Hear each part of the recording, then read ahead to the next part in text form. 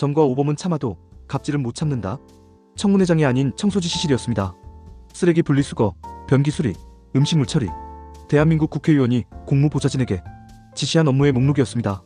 일개 장관 후보자의 행태라기엔 민망하고 고개를 돌리고 싶을 정도로 부끄럽습니다. 이 정도면 단순한 갑질이 아니라 사람을 사람으로 대하지 않는 인격 모독의 현장이라 불러야 합니다.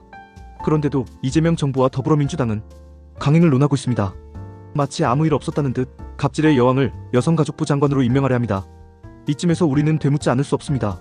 정과 오범은 대통령으로도 괜찮고 왜 갑질에는 이렇게 민감한가? 정치는 도덕의 영역에서 멀어졌고 권력은 현실의 논리로 작동하는 것쯤은 익히 알고 있습니다.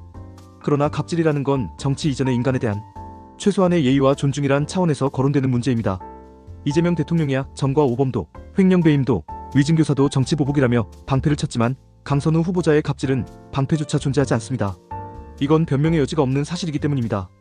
2023년 7월 한 대형병원에서 벌어진 사건. 방역 지침을 무시한 채 나 국회의원이야, 보건복지위원이야를 외치며 출입통제를 무력화하려 했던 행위는 단순한 소란이 아닙니다. 그것은 국회의원이란 권위를 앞세워 국민 위에 군림하겠다는 권력의식의 전형입니다. 병원 관계자의 안내를 따르는 대신 직함을 내세우고 규칙을 비웃는 그 태도는 그녀가 입법기관에 있었는지 아니면 조선시대 대감이었는지를 혼돈케 합니다. 보좌진에게 쓰레기 분리수거와 비대 수리까지 시킨 사실은 이미 확인됐습니다. 텔레그램으로 분리수거하고 오세요라고 직접 지시한 메시지가 공개되면서 거짓 해명은 무너졌습니다. 그런데도 강선우 후보자는 받아들이는 사람에 따라 다르다고 말했습니다. 이는 무엇을 의미합니까? 나는 명확히 지시한 적 없고 그들이 그렇게 느낀 게 문제다라는 변명입니다.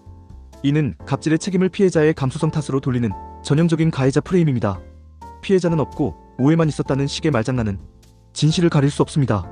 국회의원은 보좌진과의 관계에서 갑의 위치에 있습니다. 상명하복, 인사권을 틀어주고 있습니다. 이런 구조적 권력관계 안에서 사적인 지시는 언제나 업무 지시가 되고 침묵은 곧 복종을 의미합니다. 보좌진들이 아무 말도 하지 않은 것이 아니라 말을 할 수 없는 구조 속에 있었던 것입니다. 그런 보좌진들이 이제는 익명 카톡방, SNS에서 목소리를 내고 있습니다. 92.7%가 강 후보자의 낙마에 찬성했습니다. 여야를 떠나 보좌진 사회 전체가 이건 아니다라고 외치고 있습니다. 그런데도 더불어민주당은 침묵했고 청문회장에서는 오히려 피해자에게 2차 가해가 가해졌다고 합니다. 피해자의 입장을 옹호한 것은 여당, 즉 국민의힘 의원들이었고 여당은 정작 후보자를 감싸기 급급했습니다. 이 모순적인 상황은 무엇을 의미합니까? 자신들이 내세운 약자의 권리, 인권보호, 페미니즘이라는 말이 오직 입에만 있었음을 증명하는 순간입니다. 천하람 개혁신당 원내대표는 이 사람이 장관 되면 여가부 공무원들도 갑질에 시달릴 것이다라고 말했습니다. 맞는 말입니다. 하지만 이어진 그의 말, 야당에게는 숨통 트이는 일이라며 강선우 후보자의 임명을 반기는 뉘앙스를 풍긴 부분은 또 다른 문제입니다. 그는 틀렸습니다. 야당이 숨통이 트이는 것이 아니라 대한민국 정치 전체의 도덕성이 끝장나는 것입니다. 여가부 장관을 야당에 유리한 카드로 보는 그 시선이야말로 정치의 비정한 민낯입니다. 한 사람의 인격과 인권이 짓밟히고 있는데도 그걸 정치적 유불리로 계산하는 것 자체가 부끄러운 일입니다. 우리는 이런 질문을 던져야 합니다. 정말 이 사람밖에 없었는가? 여성가족부는 대한민국 사회의 가장 약한 고리를 책임져야 하는 부처입니다. 보육, 돌봄, 젠더 갈등, 가족 다양성, 수많은 민감하고 섬세한 이슈들이 걸려 있습니다. 그런데 이 부처의 수장으로 사람에 대한 존중조차 보여주지 못한 인물을 세우겠다는 것은 단순한 인사 실패가 아니라 제도 전체를 모욕하는 일입니다. 더불어민주당 보좌진협의회까지 강 후보자의 사퇴를 요구했습니다. 보좌진은 국회의원에게 단순한 직원이 아니다. 국민과 국회를 잇는 다리다라는 그들의 외침은 너무도 당연한 말입니다. 민주당 내부의 이 목소리조차 외면하고 후보를 강행한다면 이는 인권정당도 약자보호도 공정한 사회도 모두 위선이었음을 자백하는 것과 같습니다.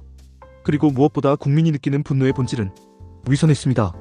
보좌진을 가족처럼 생각한다는 그 수많은 의원들의 말은 어디 갔습니까? 인권을 존중한다는 그 구호는 무엇이었습니까? 국민은 이중잣대를 참지 못합니다. 정과 오범도 감싸는 민주당이 왜 갑질 앞에서는 고개를 숙이지 못합니까? 잘못한 일이 있다면 시인하고 책임질 자는 물러나는 게 그들의 입으로 말하던 민주주의의 원칙이 아니었습니까? 강선우 후보자 개인의 문제가 아닙니다.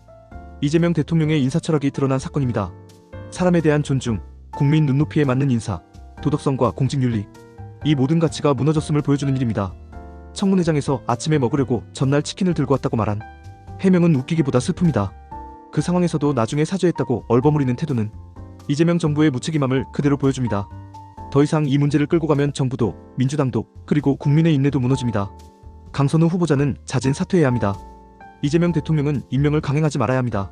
그리고 더불어민주당은 보좌진들의 울분에 진정성 있게 귀를 기울여야 합니다.